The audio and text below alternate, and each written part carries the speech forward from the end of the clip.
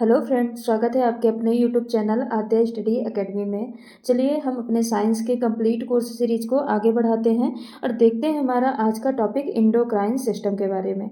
इसके पहले हम कई सारे सिस्टम को पढ़ चुके हैं। आपके यूट्यूब चैनल पे जो प्लेलिस्ट का ऑप्शन है वहाँ पे एक RRB group D and NTPC complete course series के नाम से एक प्लेलिस्ट बनी है, जिसमें ये सारे वीडियो आपको सीक्वेंस से प्रोवाइड कराए जा रहे हैं ताकि आपको सिलेबस कंप्लीट करने के लिए कहीं इधर उधर भटकना ना पड़े।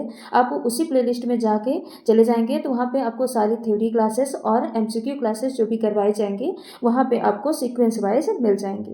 तो आज हम किसके बारे में देखेंगे? आज हम देखेंगे इंडोक्राइन सिस्टम यानी अंतःस्रावी तंत्र के बारे में। अंतःस्रावी तंत्र क्या होता है और इसमें हम बहुत सारी ग्रंथियों के बारे में डिटेल्स में पढ़ने वाले हैं। तो चलिए स्टार्ट करते हैं आज के सेशन को। देखते हैं अंतःस्रावी तंत्र या फिर इंडोक्राइन सिस्टम क्या होता है। तो इंडोक्राइन सिस्टम, अगर सिस्टम की बात की जाए, तंत्र की बात की जाए तो क्या होता है, तो बहुत सारी अंतःस्रावी ग्रंथियाँ, बहुत सारी जो इंडोक्राइन ग्लैंड होती हैं, ये ग्लैंड मिल के एक तंत्र यानी एक सिस्टम का निर्माण करती हैं। उस सिस्टम को ही क्या बोलते हैं? इंडोक्राइन सिस्टम कहा जाता है। अब जो इंडोक्राइन सिस्टम है या तंत्र है, इसको दिया किसने? तो इसके फादर किसको कहा जाता है? तो इंडोक्राइन सिस्टम के फादर किसको कहा जाता है? थॉमस एडिसन को। किसको कहा जाता है? थॉमस एडिसन को इंडोक्राइन सिस्टम का फादर कहा जाता है। और स्टडी ऑफ इंडोक्राइन सिस्टम, इसके स्टडी को क्या कहा जाता है? Study of endocrine system. इसके स्टडी को कहा जाता है एंडोक्राइनोलॉजी। क्या कहा जाता है? इंडोक्राइनोलॉजी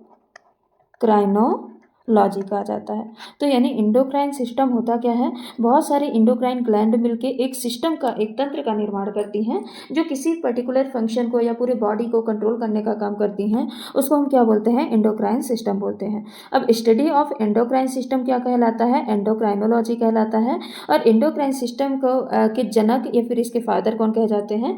थॉमस एडिसन को कहा जाता है। अब जब इंडोक्राइन सिस्टम की बात आई तो बॉडी में जो कंट्रोल और रेगुलेशन का काम करता है वो कौन करता है? दो चीज़ें इसमें हैं, कंट्रोल एंड रेगुलेशन। ये दो काम बॉडी में होता है, कंट्रोल, पूरे बॉडी को कंट्रोल करना, और रेगुलेशन करने का काम। तो ये जो काम होता है ये दो सिस्टम मिलके करते हैं। पहला है नर्वस सिस्टम। कौन सा है?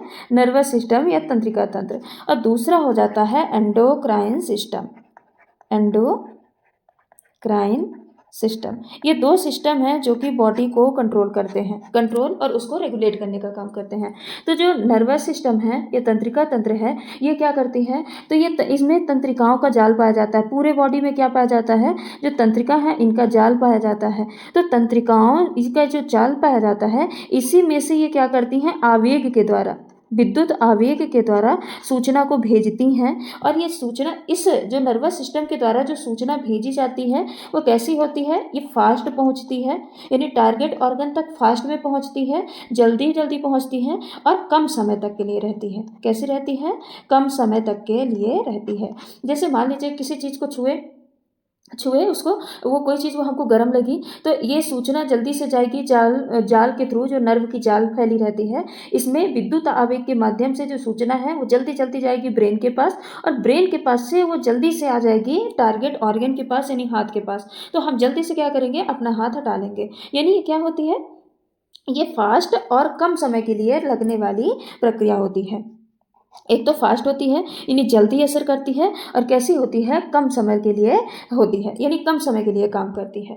अब दूसरा आ गया एंडोक्राइन सिस्टम। एंडोक्राइन सिस्टम कैसे बॉडी को कंट्रोल करता है और उसका नियमन करता है? तो इसके लिए, इसको कंट्रोल करने के लिए क्या पाई जाती हैं? बॉडी में ग्लैंड पाई जाती हैं। अब ये ग्लैंड क्या करती हैं? तो ये ब्लड के माध्यम से, किसके माध्यम से?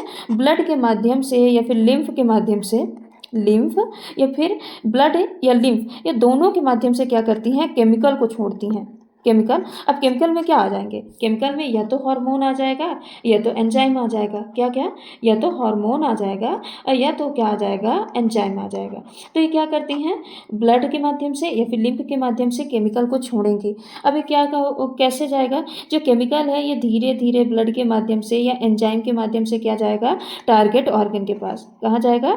टारगेट ऑर्गन, या फिर कहाँ जाएगा? ब्रेन के पास। फिर ब्रेन से ये धीमे धीमे जाएगा टारगेट ऑर्गन के पास, फिर ऑर्गन ऑर्गन में क्रिया करेगा, फिर धीरे धीरे ये इनएक्टिव होगा। यानी जो एंडोक्राइन सिस्टम से बॉडी कंट्रोल होता है वो कैसे होता है, वो ये स्लो चलने वाली प्रक्रिया है और लंबे समय तक चलने वाली प्रक्रिया है। कैसी है, स्लो चलेगी और लंबे समय तक। जो रिकवरी होती है बॉडी के ना, वो एंडोक्राइन सिस्टम में ही आता है। जैसे कोई चीज़ रिकवर हो रही तो क्या करेगा, उसमें एंजाइम जाएंगे या हार्मोन जाएगा, फिर धीरे धीरे उस ऑर्गन पे काम करेगा, क्रिया करेगा, फिर धीरे धीरे वो रिकवर होगा। तो ये कैसे क्या कहलाता है, ये एंडोक्राइन सिस्टम से कंट्रोल और रेगुलेशन कहलाता है।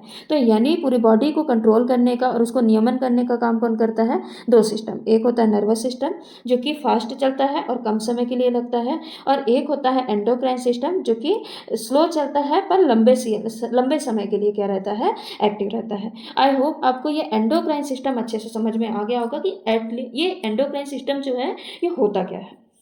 अब देखते हैं हमने दो चीज़ों की बात की, किसके बारे में बात की, एंडोक्राइन सिस्टम में दो चीज़ों की बात की, एक हार्मोन की बात की और एक एंजाइम की बात की। हाँ, इनके बारे में देखते हैं। तो अभी हमने हार्मोन की बात की ना, हार्मोन और एंजाइम दो चीज़ों की बात की, और ये बोला कि ये एंडोक्राइन सिस्टम से निकलते हैं। पर जो एंडोक्राइन सिस्टम होता है उसमें दो चीज़ें होती हैं, दो ग्लैंड होती हैं। एक होती है अंतःस्रावी ग्रंथि और दूसरी होती है एक बहिर्स्रावी या फिर एक्सोक्राइन ग्लैंड। दो तरह की उसमें ग्लैंड होती हैं। तो सबसे पहले हम देखते हैं अंतःस्रावी ग्रंथि के बारे में। जो अंतःस्रावी ग्रंथि होती हैं ये कैसी होती हैं, ये नलिका विहीन होती हैं, यानी इसमें डक्ट नहीं पाए जाते। कैसी होती हैं, नलिका विहीन या फिर डक्टलेस होती हैं, डक्टलेस। इसमें डक्ट या फिर नलिका नहीं पाई जाती हैं। अब ये नलिका नहीं पाई जाती तो ये अपना जो हार्मोन निकालती हैं या फिर एंजाइम निकालती हैं, ये टारगेट ऑर्गन तक कैसे पहुंचाती हैं, तो ये इनसे सबसे पहले ये देखिए, इनसे निकलने वाला पदार्थ क्या होता है, हार्मोन होता है। इनसे निकलने वाला पदार्थ हार्मोन होता है और यह रक्त के माध्यम से अपना हार्मोन टारगेट ऑर्गन तक पहुंचाती हैं, फिर यह जाके टारगेट ऑर्गन पे जाके क्रिया करता है। यानी अगर एक चार्ट के थ्रू समझे तो कैसे आएगा, चार्ट के थ्रू अगर समझा जाए तो क्या होगी, अंतःस्रावी ग्लैंड है, ग्लैंड क्या करेगी, अंतःस्रावी ग्लैंड, यह डक्ट, इसमें डक्ट तो पाया नहीं जाता तो इससे निकलने वाला पदार्थ क्या होता है, हार्मोन होता है। अब यह हार्मोन क्या करेगा, ये रक्त में जाएगा और रक्त के माध्यम से कहाँ जाएगा, टारगेट ऑर्गन में जाएगा, टारगेट ऑर्गन में जाएगा और टारगेट ऑर्गन में जाके ये क्या करेगा, कार्य करेगा, या जो जिस कार्य के लिए वो भेजा गया है वो कार्य करेगा। ये है अंतःस्रावी ग्रंथियाँ। अब अंतःस्रावी में कौन कौन सी आ जाती हैं, हाइपोथैलेमस ग्रंथि आ जाएगी, पीनियल ग्रंथि आ जाएगी, पीयूष ग्रंथि आ जाएगी, थायराइड और पैराथायराइड ग्रंथि किसमें आ जाएंगी, इन अंतःस्रावी ग्रंथि में आ जाएंगी। साथ ही अग्नाशय, अग्नाशय क्या है, ये मिश्रित है। अग्नाशय कैसी है, ये मिश्रित ग्रंथि है। जो ग्रंथियां होती हैं तीन प्रकार की होती हैं, एक अंतःस्रावी होती है, एक बहिर्स्रावी होती है और एक कैसी होती है, मिश्रित ग्रंथि होती है। तो जो अग्नाशय है ये कैसे है, ये मिश्रित ग्रंथि है। अधिवृक्क ग्रंथि आ जाएगी और जो गोनैड ग्लैंड है, गोनैड ग्लैंड में अंडाशय आ जाएगा और वृषण यानी ओवरी आ जाएगी और क्या आ जाएगी, टेस्टिस आ जाएगा, ओवरी और टेस्टिस आ जाएगा। तो ये सारी क्या हैं, अंतःस्रावी ग्रंथियाँ। इनको हम एक एक करके डिटेल में पढ़ेंगे। अब दूसरा हम आ जाते हैं, जो ग्रंथि होती हैं तीन प्रकार की होती हैं। पूरे एंडोक्राइन सिस्टम में ग्रंथियाँ तीन प्रकार की होती हैं, अंतःस्रावी, बहिर्स्रावी और मिश्रित ग्रंथि। अंतःस्रावी ग्रंथियों के बारे में हमने देख लिया। अब हम देखते हैं बहिर्स्रावी ग्रंथि के बारे में। अब जो एक्सोक्राइन ग्लैंड या फिर इसको क्या बोलते हैं, बहिर्स्रावी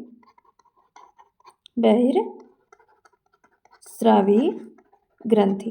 तो जो एक्सोक्राइन ग्लैंड होती हैं, जो इंडोक्राइन ग्लैंड होती थी वो कैसे होती थी, डक्टलेस होती थी।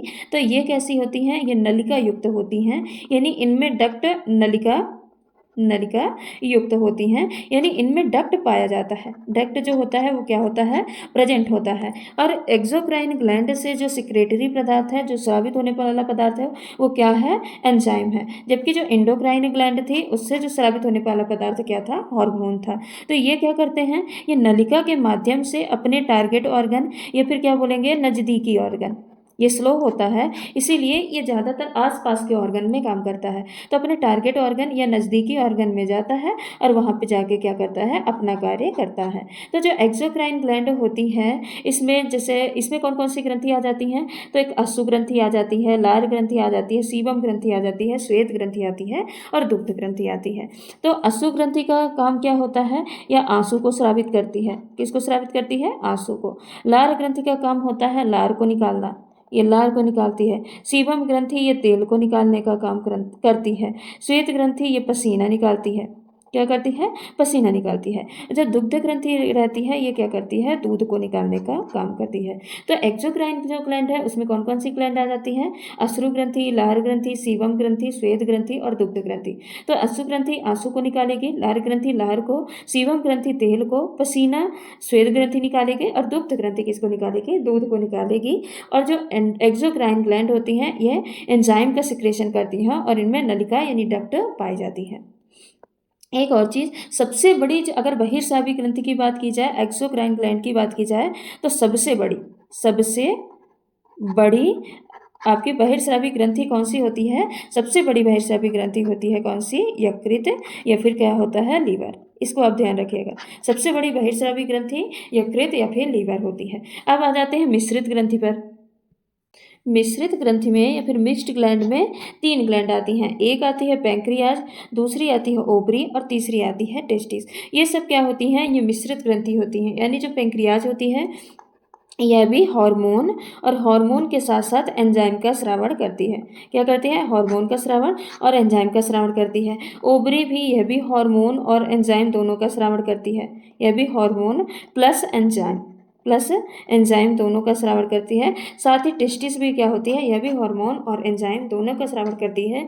इसीलिए पैंक्रियाज को, ओवरी को और टेस्टिस को क्या कहा जाता है? इसको मिश्रित ग्रंथि के रूप में जाना जाता है। अब हमने कई बार बोला कि ये हार्मोन एंजाइम हार्मोन जो होता है वो अंतःस्रावी ग्रंथियों के द्वारा निकलता है या स्रावित किया जाता है, और जो एंजाइम है वो बहिर्स्रावी ग्रंथियों के द्वारा स्रावित किया जाता है। तो अब देखते हैं हार्मोन क्या होता है और एंजाइम क्या होते हैं। हार्मोन शब्द सबसे पहले किसने दिया था? तो हार्मोन शब्द सबसे पहले स्टार्लिंग ने दिया था। अगर हार्मोन शब्द की बात की जाए तो शब्द सबसे पहले किसने दिया? स्टार्लिंग ने। शब्द स्टार्लिंग ने दिया है। और हार्मोन को प्राथमिक संदेशवाहक या रासायनिक संदेशवाहक कहा जाता है। हार्मोन को क्या क्या कहा जाता है? प्राथमिक संदेशवाहक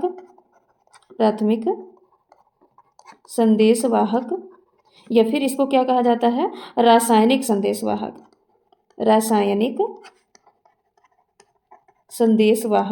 कहा जाता है। किसको? हार्मोन को। सबसे पहले खोजा गया हार्मोन कौन सा है? सबसे पहला खोजा हार्मोन कौन सा हो जाएगा? खोजा हार्मोन हो जाएगा सिक्रेटिन।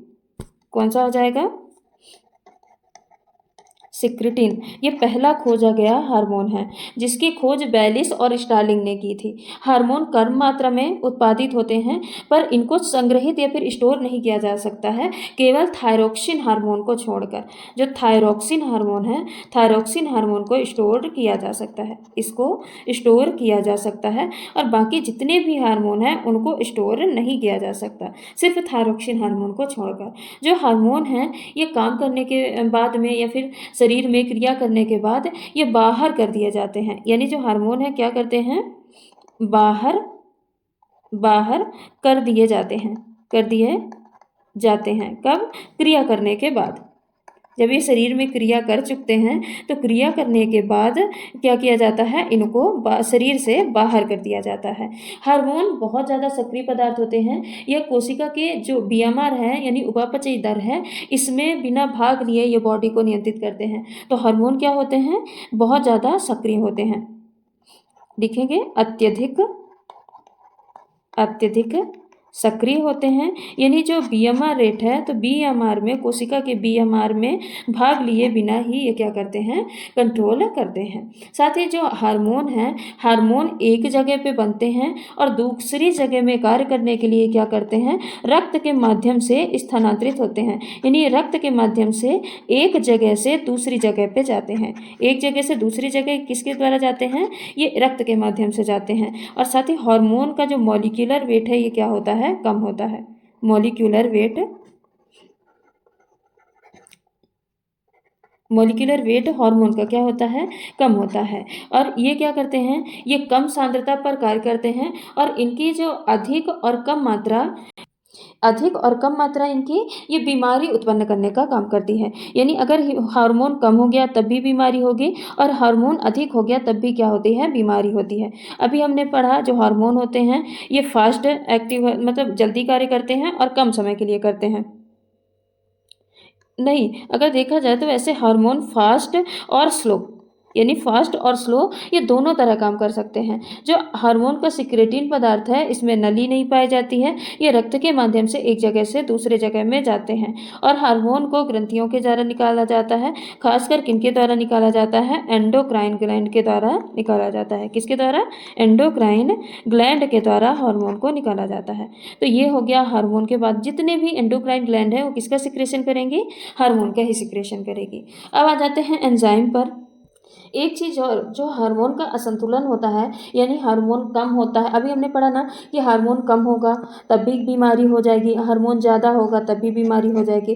पर ये जो हार्मोन का असंतुलन होता है, अब ग्रंथि है, ग्रंथि तो अपनी तरीके से पर डे काम करेगी, पर कुछ ना कुछ तो ऐसा रीजन होता होगा ना जिसकी वजह से ये किसी दिन कम हार्मोन को सिक्रेट की, कभी कम हार्मोन को सिक्रेट की, कभी ज़्यादा हार्मोन को सिक्रेट कर लेती है।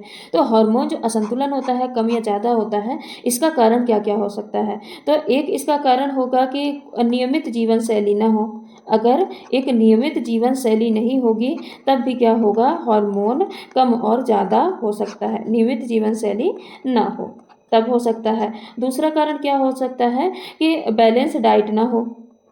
बैलेंस अगर डाइट नहीं हो तब भी हार्मोन असंतुलन हो सकता है। तीसरा हो जाएगा बहुत ज़्यादा अगर तनाव हो, तनाव अगर ज़्यादा है तब भी हार्मोन असंतुलन हो जाएगा। अगर हम समय से भोजन नहीं करते, समय से भोजन न करना तब भी हार्मोन का असंतुलन हो जाएगा। और अगला हो जाएगा अगर हम व्यायाम वगैरह, अगर हम खाना पीना तो बढ़िया से खा रहे हैं, खूब ज़्यादा खाना खा रहे हैं और बस सो रहे हैं, खा रहे हैं सो रहे हैं, मतलब हम कोई फिजिकल एक्टिविटी नहीं कर रहे हैं, कुछ व्यायाम वगैरह नहीं कर रहे हैं, तब भी क्या हो जाएगा? हार्मोन का इम्बैलेंस हो जाएगा। अब हमने हार्मोन तो देख लिया, अब हम देखते हैं एंजाइम के बारे में। जो एंजाइम होते हैं ये किसके द्वारा निकाले जाते हैं, किसके द्वारा स्रावित किए जाते हैं? तो यह एक्सोक्राइन ग्लैंड के द्वारा स्रावित किए जाते हैं। ये जो एक्सोक्राइन ग्लैंड होता है उसके द्वारा स्रावित किए जाने वाले पदार्थ होते हैं। पर जो एंजाइम होते हैं, हार्मोन में हमने देखा था कि हार्मोन एक जगह पे बने और फिर रक्त के माध्यम से दूसरी जगह पे गए, वहाँ पे जाके उन्होंने कार्य किया, टारगेट ऑर्गन पे गए और वहाँ पे जाके इन्होंने कार्य किया। पर जो एंजाइम होते हैं ये जहाँ बनते हैं वहीं आसपास काम करते हैं, यानी जहाँ बनेंगे वहीं पर काम करेंगे, वहीं पर कार्य करेंगे। क्योंकि ये क्या करते हैं, इनको ट्रांसफ़र होने के लिए या इनको एक जगह से दूसरे जगह जाने के लिए इनमें क्या पाई जाती है? डक्ट पाई जाती है या फिर नलिका पाई जाती है। तो बेचारे डक्ट के माध्यम से कितनी दूर जाएंगे, इसीलिए क्या करते हैं, जहाँ पे बनते हैं वहीं पे ये आसपास कार्य करते हैं। जो एंजाइम होता है इसका मॉलिक्यूलर वेट क्या होता है? इसका मॉलिक्यूलर वेट ज़्यादा होता है। इसका मॉलिक्यूलर वेट कैसा होता है? इसका मॉलिक्यूलर वेट ज़्यादा होता है। जो एंजाइम होते हैं ये स्लो काम करते हैं। कैसे काम करते हैं? ये स्लो काम करते हैं, यानी ये धीमी गति से काम करते हैं। इसीलिए जो इनमें जो क्यों ऐसा स्लो क्यों काम करते हैं? क्योंकि ये क्या करते हैं, नली के माध्यम से धीरे धीरे एक जगह से क्या, जहाँ पे बनते हैं वहीं पे आसपास नली के माध्यम से जाते हैं और वहाँ पे कार्य करते हैं। साथ ही जो एंजाइम होते हैं, कौन कौन से एंजाइम होते हैं? पेप्सिन एग्जाम्पल के तौर पे देखेंगे, पेप्सिन, रेनिन और क्या हो जाएगा? ट्रिप्सिनोजन। क्या हो जाएगा? ट्रिप्सिनोजन हो जाएगा। और जो एंजाइम होते हैं ये एक्सोक्राइन ग्लैंड के द्वारा सारे जो इसमें जितने भी एंजाइम होते हैं या फिर जितने भी एक्सोक्राइन ग्लैंड होते हैं वो किसका सिक्रेशन करते हैं? एंजाइम का सिक्रेशन करते हैं। जैसे कि जो लैक्रिमल ग्लैंड हो गई यानी अश्रु ग्रंथि हो गई, गैस्ट्रिक ग्लैंड हो गई, गैस्ट्रिक ग्लैंड, लैक्रिमल ग्लैंड यानी अश्रु ग्रंथि, सीबम ग्लैंड, जो सीबम ग्लैंड और क्या हो जाएगा? लार ग्रंथि हो जाएगा, लार ग्लैंड हो जाएगा। और लार ग्लैंड के बाद हो जाएगा एक और हो जाएगा जिसको बोलते हैं श्वेत ग्लैंड। क्या हो जाएगा? श्वेत ग्लैंड या श्वेत ग्रंथि। तो ये ऐसी ग्रंथियां हैं जो कि एंजाइम का सिक्रेशन करती हैं और ये सारी कैसी आती हैं? ये एक्सोक्राइन ग्लैंड के अंतर्गत आती हैं। अब हम अपने इंडोक्राइन ग्लैंड को एक एक करके स्टार्ट करते हैं। सबसे पहले हम देखते हैं हाइपोथैलेमस ग्लैंड को। तो जो हाइपोथैलेमस, ये देखिए ब्रेन में ये हाइपोथैलेमस ग्लैंड की लोकेशन है।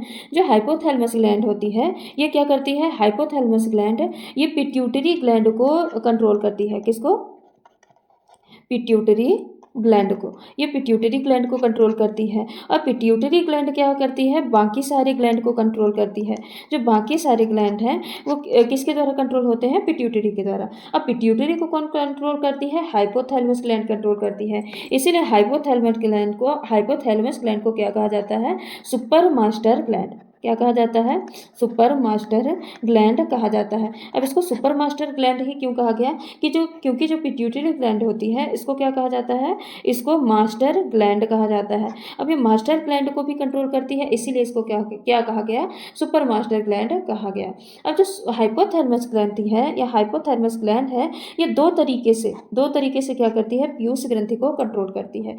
एक करती है डायरेक्ट रूप से, कैसे, डायरेक्ट रूप से, एक डायरेक्ट रूप से करेगी, एक इनडायरेक्ट रूप से करेगी, इनडायरेक्ट रूप से, यानी दो रूप में ये क्या करेगी, पिट्यूटरी ग्लैंड को कंट्रोल करेगी। जो डायरेक्ट रूप से करती है ये किसके द्वारा करती है, ये तंत्रिका के द्वारा करती है। किसके द्वारा, तंत्रिका के द्वारा करेगी। और जो इनडायरेक्ट रूप से करती है ये कैसे करेगी, तो रक्त में हार्मोन डाला जाएगा, फिर उसके द्वारा कंट्रोल किया जाता है। यानी रक्त में क्या डाला जाएगा, हार्मोन, फिर उसके द्वारा कंट्रोल किया जाएगा। ये क्या बोला जाता है, इनडायरेक्ट रूप से। तो थोड़ा सा इनडायरेक्ट और डायरेक्ट देखते हैं। डायरेक्ट इनडायरेक्ट क्या होगा, तो डायरेक्ट में तंत्रिका के द्वारा, अभी हमने देखा है तंत्रिका के द्वारा कंट्रोल होता है।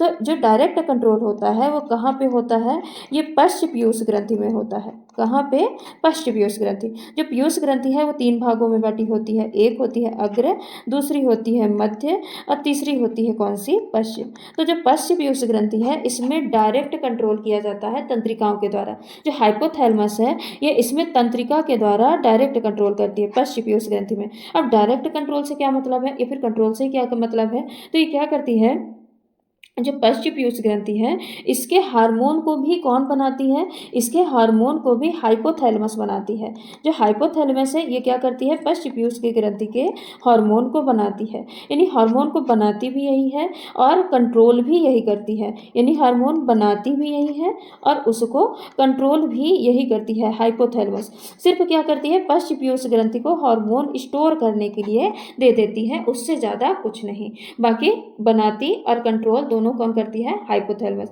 ये क्या होता है, ये डायरेक्ट रूप से कंट्रोल होता है। और जो इनडायरेक्ट होता है, इनडायरेक्ट कंट्रोल क्या होता है, इनडायरेक्ट कंट्रोल। तो इनडायरेक्ट कंट्रोल क्या होता है, तो इसमें जो रक्त के माध्यम से जो हार्मोन गया है, तो ये जो कंट्रोल होता है इनडायरेक्ट कंट्रोल, ये किस में होता है, अग्र पीयूष ग्रंथि में, और अग्र के साथ साथ मध्य पीयूष ग्रंथि में होता है। यानी जो अग्र और मध्य पीयूष ग्रंथि हैं ये अपना हार्मोन बनाते खुद हैं। जो अपना हार्मोन है ये खुद बनाते हैं, क्या करते हैं, खुद बनाते हैं। यानी खुद बनाएंगे, बस कंट्रोल कौन करता है, कंट्रोल करता है हाइपोथैलेमस, थैलेमस। यानी कंट्रोल बस का काम कौन करता है, हाइपोथैलेमस, बाकी ये बनाते खुद हैं। तो डायरेक्ट कंट्रोल किस में होता है, पश्च पीयूष ग्रंथि में। हार्मोन भी हाइपोथैलेमस बनाएगा और कंट्रोल भी करेगा। बल्कि जो अग्र पीयूष ग्रंथि है और मध्य पीयूष ग्रंथि है इसमें हार्मोन को ये बनाते खुद हैं, बस हाइपोथैलेमस क्या करता है, इनको कंट्रोल करने का काम करता है।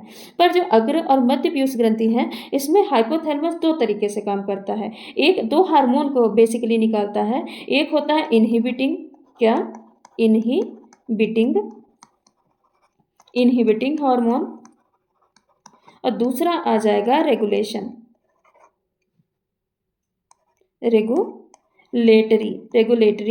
हार्मोन। अब आप इनहिबिटिंग और रेगुलेटरी से क्या समझे, रेगुलेटरी हार्मोन का काम होता है कि क्या करता है, हार्मोन को निकलने देता है, यानी सिक्रेशन के लिए प्रेरित करता है कि और हार्मोन पीयूष ग्रंथि निकाले। फिर जो इनहिबिटिंग हार्मोन है ये क्या करता है, जब पर्याप्त मात्रा में हार्मोन निकल चुका होता है, जितनी की जरूरत होती है, तो उसके बाद कौन सा, हाइपोथैलेमस तुरंत क्या करेगा, इनहिबिटिंग हार्मोन निकालेगा, यानी रोधक हार्मोन निकालेगा, जो कि क्या करेगा, जो अग्र या फिर मध्य पीयूष ग्रंथि से जो भी हार्मोन निकल रहे हैं उसको रोक देगा, उसको संदमित कर देता है। तो यानी अग्र और मध्य पीयूष ग्रंथि को कंट्रोल करने के लिए हाइपोथैलेमस 2 हार्मोन निकालता है, एक इनहिबिटिंग हार्मोन निकालता है और एक रेगुलेटरी हार्मोन निकालता है। अब हम आ जाते हैं दूसरी अंतःस्रावी ग्रंथि पीयूष ग्रंथि के बारे में पढ़ते हैं। तो पीयूष ग्रंथि क्या होती है, पीयूष ग्रंथि इसको मास्टर ग्लैंड भी कहा जाता है। इसको क्या कहा जाता है, मास्टर ग्लैंड पीयूष ग्रंथि को कहा जाता है।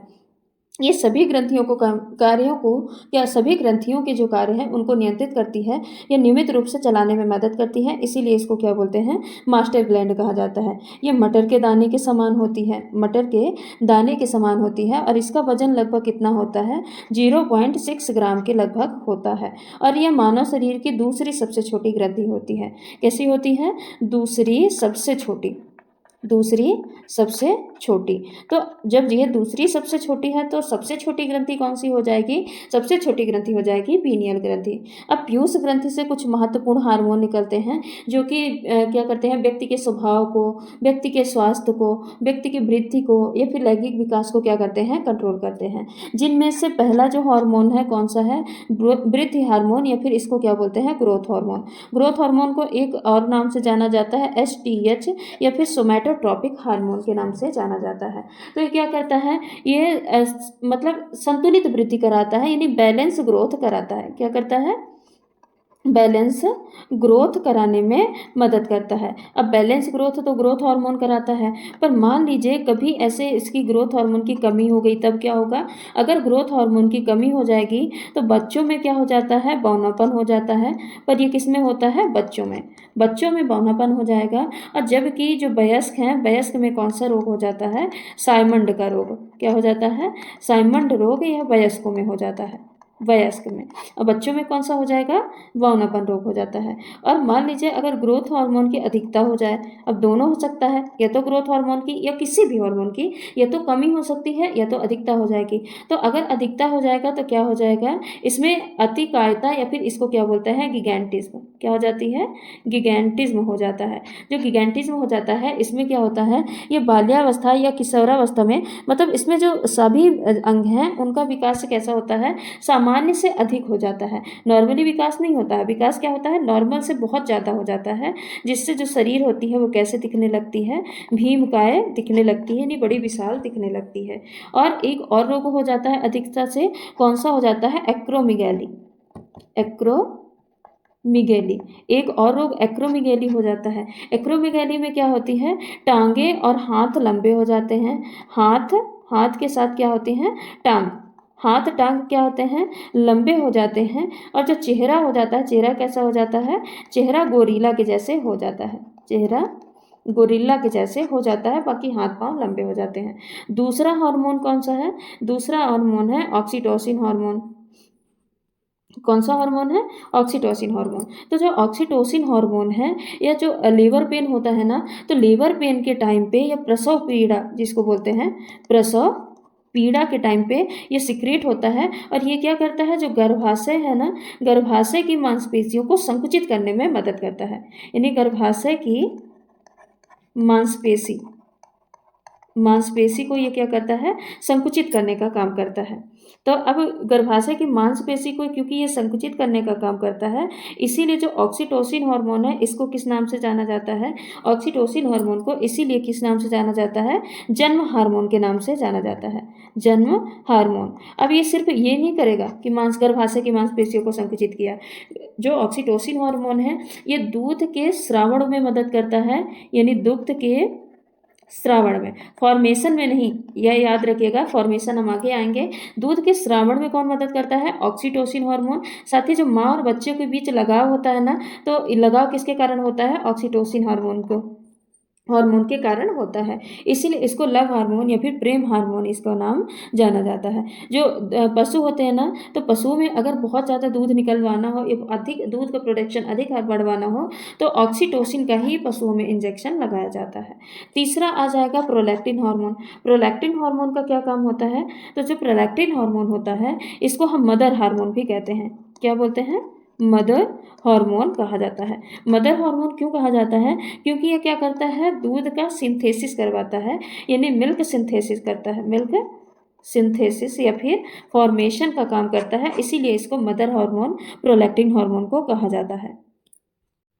अगला आ जाएगा पीयूष ग्रंथि से निकलने वाला हार्मोन एंटी डायूरेटिक हार्मोन, या फिर इसको शॉर्ट में क्या बोला जाता है, ADH हार्मोन कहा जाता है। और इसी को वेसोप्रेसिन के नाम से भी जाना जाता है। किस नाम से? वेसोप्रेसिन के नाम से जाना जाता है। तो ये क्या करता है, जो ADH हार्मोन है ये बॉडी में जल के मात्रा या फिर क्या बोलते हैं वाटर अमाउंट को संतुलित करने का काम करता है या फिर उसको नियंत्रित करता है। अगर ADH कम हो जाए तो क्या होगा, ADH हार्मोन अगर कम हो जाएगा तो जल की मात्रा बॉडी में बढ़ जाएगी, जल की मात्रा बॉडी में बढ़ जाएगी, जिसके कारण से बार बार पेशाब आता है। इसी बीमारी को क्या बोला जाता है, इसी बीमारी को डायबिटीज कहा जाता है। क्या बोला जाता है? डायबिटीज इंसिपिडस, इंसिपिडस कहा जाता है। किसको? जो ADH हार्मोन अगर कम हुआ तो बॉडी में जल की मात्रा बढ़ जाएगी, इसी बीमारी को डायबिटीज इंसिपिडस कहा जाता है। तो इसमें क्या होता है, तो अगर चाय, जैसे चाय कोई भी व्यक्ति है वो चाय ज़्यादा पी रहा या फिर कॉफ़ी ज़्यादा पी रहा, कॉफ़ी का सेवन ज़्यादा कर रहा है, विस्की, अल्कोहल, ये चीज़ें अगर कोई व्यक्ति पी रहा है तो उसमें क्या होगा, उसमें ADH की मात्रा कम स्रावित होगी, यानी उसमें जो ADH है, ADH हार्मोन है वो कम निकलेगा, जिससे उसको क्या हो जाएगा, डायबिटीज़ इंसिपिडस रोग, या फिर इससे भी उसको बार बार पेशाब आएगा। अगला पीयूष ग्रंथि से निकलने वाला हार्मोन है थायराइड स्टिम्युलेटिंग हार्मोन, जिसको शॉर्ट में किस नाम से जानते हैं, TSH, थायराइड स्टिम्युलेटिंग हार्मोन। इसका काम क्या रहता है, तो ये सिर्फ क्या करता है, जो थायराइड ग्लैंड है, किसको, थायराइड ग्लैंड को स्टिमुलेट करने का काम करता है या फिर उद्दीप्त करने का काम करता है, स्टिमुलेट करने का काम करता है। अगला आ जाएगा फॉलिकल स्टिमुलेटिंग हार्मोन, जिसको शॉर्ट फॉर्म में FSH बोला जाता है। क्या बोला जाता है? FSH बोला जाता है। तो इसके दो काम हैं, एक ये क्या करता है, स्पर्म का, और महिलाओं में किसको क्या करता है, स्पर्म का निर्माण क्या करवाता है, स्पर्म का निर्माण करता है मेल में स्पर्म का निर्माण करता है। और जिसको स्पर्म निर्माण की प्रक्रिया को क्या बोला जाता है, स्पर्मेटोजेनेसिस, स्पर्मेटोजेनेसिस, जेनेसिस कहा जाता है स्पर्म निर्माण की प्रक्रिया को। और साथ ही ये क्या करेगा, फीमेल में यह क्या करेगा, ओवम निर्माण को या फिर ओवम का निर्माण करवाता है, ओवम का क्या करवाएगा, निर्माण करवाता है। तो इसका दो काम है। और ओवम निर्माण की जो प्रक्रिया है उसको क्या बोलते हैं, ऊजेनेसिस, ऊजेनेसिस क्या कहा जाता है, ऊजेनेसिस कहा जाता है। यानी जो FSH हार्मोन होता है इसमें दो कैटेगरी होती है, अगर ये मेल में स्पर्म का फॉर्मेशन करवाएगा तो उसको स्पर्मेटोजेनेसिस कहा जाता है, और फीमेल में ओवम का निर्माण करवाएगा तो उसको क्या कहा जाएगा, ऊजेनेसिस कहा जाता है। अगला पीयूष ग्रंथि से निकलने वाला हार्मोन है ल्यूटिनाइजिंग हार्मोन, या फिर इसको LH हार्मोन के नाम से जाना जाता है। तो इसके भी दो काम हैं, एक काम है कि ये जो फीमेल है, फीमेल में ओव्यूलेशन करवाएगा, क्या कहलाएगा, करवाएगा, फीमेल में ओव्यूलेशन यानी अंडोत्सर्ग, अंडे को निकालने के लिए प्रेरित करता है। और मेल में क्या करेगा, मेल में ये टेस्टोस्टेरोन के स्रावन को बढ़ाता है, किसके, टेस्टोस्टेरोन के श्रावण को बढ़ा देता है, श्रावण को क्या कर देता है, बढ़ा देता है। ये दो काम हो जाते हैं ल्यूटिनाइजिंग हार्मोन के। तीसरा अगला जो हो जाता है ये क्या है, एड्रिनोकोर्टिकोट्रोपिक हार्मोन, इसको क्या बोलते हैं, ACTH हार्मोन कहा जाता है। इसका काम क्या है, ये एड्रिनल ग्रंथि को एक्टिवेट करता है, सिर्फ इसका काम क्या है, एड्रिनल ग्लैंड को एक्टिवेट करना, ग्लैंड को एक्टिवेट करना, ये किसका काम हो जाता है, ACTH या फिर एड्रिनोकोर्टिकोट्रोपिक हार्मोन।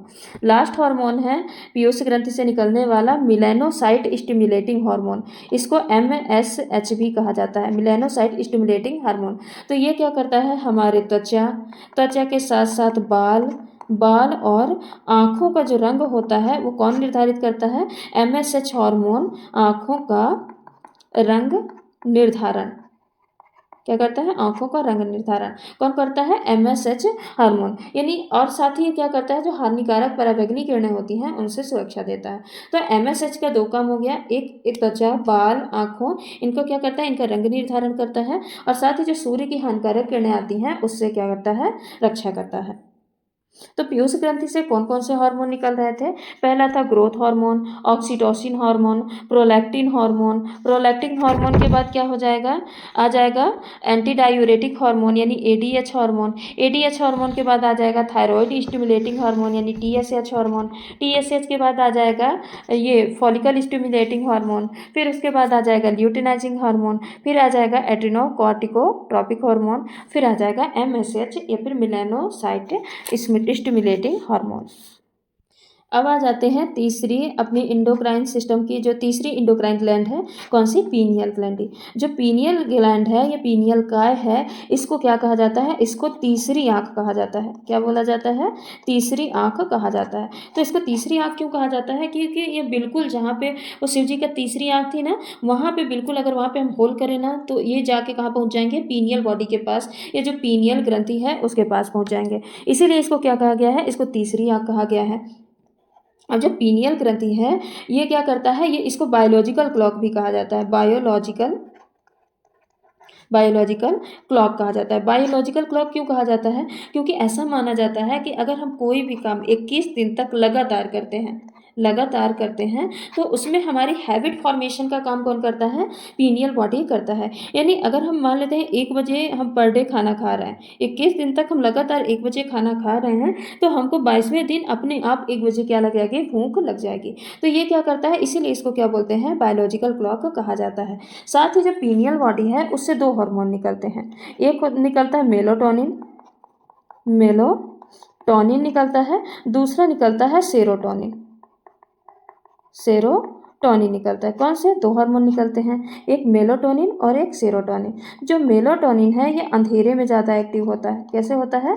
अंधेरे में ज़्यादा एक्टिव होता है। इसीलिए जब क्या होते हैं, लाइट हम बंद कर देते हैं ना, तो हमको नींद अच्छी आती है। जब हम लाइट बंद करते हैं तो हमको नींद अच्छी आती है। किसके कारण? मेलाटोनिन हार्मोन के एक्टिव होने के कारण। जो मेलाटोनिन होता है या फिर मिलेटोनिन जो हार्मोन होता है, ये क्या होता है? जब अंधेरा होता है तो ये ज़्यादा एक्टिव होता है, जिसकी वजह से हमको नींद ज़्यादा आती है। इसीलिए जो मेलाटोनिन हार्मोन होता है इसको नींद का हार्मोन कहा जाता है। क्या कहा जाता है? नींद का हार्मोन। मेलाटोनिन हार्मोन को नींद का हार्मोन कहा जाता है। और जो सेरोटोनिन हार्मोन होता है इसको हैप्पीनेस हार्मोन कहा जाता है। क्या कहा जाता है? Happy hormone. अब हैप्पी हार्मोन क्यों कहा जाता है? क्योंकि जो सेरोटोनिन हार्मोन होता है ये क्या करता है? हमको खुशी प्रदान करता है। जिन जिन व्यक्ति में सेरोटोनिन हार्मोन होता है ना, ज़्यादा होता तो सबके पास है, पर जिनमें ज़्यादा होता है वो क्या देखते हैं ना, कोई कोई आदमी हमेशा हंसते रहते हैं, मुस्कुराते रहते हैं। किसकी वजह से होता है? सेरोटोनिन हार्मोन की वजह से होता है। अब जिसमें इनकी सेरोटोनिन हार्मोन की संख्या कम रहेगी वो क्या करेंगे? थोड़ा दुखी से, उदास से रहते हैं। तो किसकी वजह से होता है? वो सेरोटोनिन हार्मोन के वजह से होता है। अब जो पीनियल बॉडी है, एक टर्म और याद रखिएगा, जो पीनियल बॉडी है ये क्या करती है? सर्केडियम